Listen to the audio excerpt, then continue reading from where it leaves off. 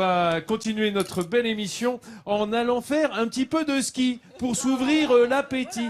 Eh ben, on va pas dans les Alpes, on reste ici dans la Loire, hein, Damien. Pas la peine d'aller très loin, non, non, on a tout ce qu'il faut ici chez nous, absolument tout ce qu'il faut. Ici, il fait à peu près -5 à Saint-Étienne. Là où je vous emmène, c'est jusqu'à 1600 mètres d'altitude, donc vous perdez à peu près 1 degré tous les 100 mètres.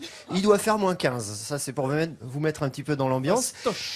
C'est la station de ski de Chalmazel, dans les monts du Forez, c'est entre chez nous et le Puy-de-Dôme, pour situer à peu près. Elle est très bien équipée pour pallier le manque de neige, parce que jusqu'ici, il n'avait pas encore neigé. Heureusement, la station a des canons pour faire de la neige de culture, 110 canons pour être exact, et elle a ouvert le premier week-end de janvier. Allons-y. -12 degrés et grand ciel bleu, toujours pas un nuage à l'horizon, mais le froid autorise au moins à produire de la neige de culture au son des 110 canons. Les canons cachés toute la nuit, ça fait des tas de neige. Et après, il faut faire du bullage, c'est-à-dire égaliser la neige. Puis après, on passe une fraise derrière pour lisser, pour que le skieur puisse bien évoluer dans la piste.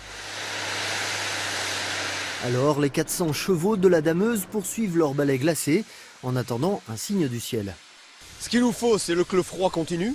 On a des températures qui sont autour de -10, là, c'est vraiment parfait. Et si en plus il tombait 20 cm de neige, ça serait vraiment le Pérou. Et puisque tout le domaine n'est pas encore ouvert, les forfaits adultes sont gelés à 14 € au lieu de 21. Il y a une rentabilité psychologique, puisque nos clients attendent depuis tellement longtemps qu'on n'a pas le droit de ne pas ouvrir s'il y a de la neige. Et en plus, c'est vrai que quand on ouvre des petits téléskis comme ça, oui, économiquement, c'est rentable, bien sûr. Le fonctionnement d'un téléski coûte 80 € d'électricité par jour. Le télésiège, c'est tout de suite 1000 €. Ce télésiège reste fermé pour le moment parce qu'à 1650 mètres d'altitude, le tapis blanc n'est que du givre.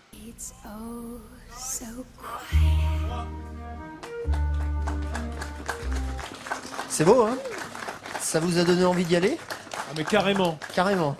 Et je pense que ça a été tourné juste avant que la vraie neige tombe. Absolument. Hein, donc aujourd'hui, il doit y avoir un très très bel enneigement du côté de Chalmazel. Alors d'après le directeur de la station, il a dû tomber à peu près 40 cm le week-end dernier, 40 cm de neige sur les pistes, ce qui fait qu'elles sont désormais toutes ouvertes. Celle que vous voyez actuellement à l'écran, c'est la piste des Granges. C'est la plus grande piste de la station qui monte quasiment jusqu'au sommet.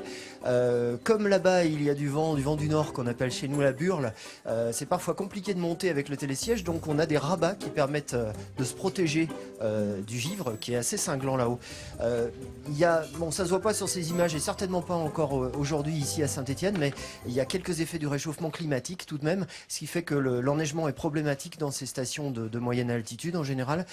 L'hiver dernier, pour vous donner une idée, il n'avait pas fait aussi chaud dans un hiver stéphanois depuis 1947, c'est-à-dire depuis que Météo France tient des mesures du climat. On est content d'être là pour en témoigner. Vous arrivez au bon moment. Ça ne burle pas que là-haut, ça burle ici. Hein. On voulait faire un contraste entre la chaleur de l'accueil stéphanois et le climat. Eh ben ça fonctionne. Ça fonctionne. C'est exactement ça. On est tenu au chaud par les Stéphanois, mais en revanche, le vent est frisquet.